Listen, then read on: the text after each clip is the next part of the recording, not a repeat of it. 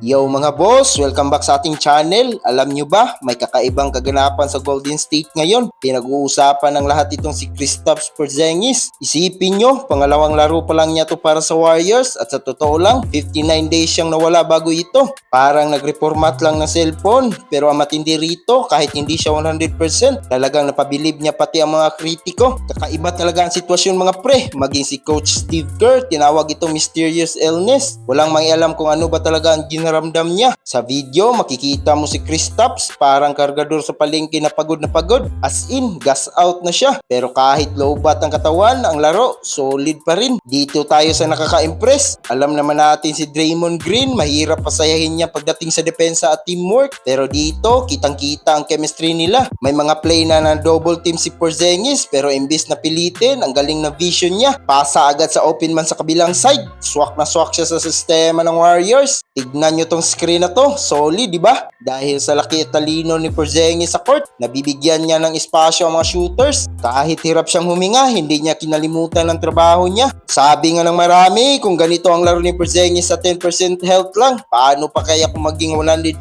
na siya at bumalik na rin si Stephen Curry para sa playoffs? Baka mabulaga ang buong NBA nito. Sana talaga maging maayos ng pakiramdam niya dahil bagay na bagay siya sa Warriors. Kaya kayo mga idol, nas tingin nyo, kaya ba ni Porzingis na buhatin ng Warriors kasama na step sa playoffs? Comment nyo naman sa baba ang inyong saloobin. Huwag kalimutan mag-like at subscribe para lagi kayong updated sa mga kwentuhan basketball. Hanggang sa muli, peace out!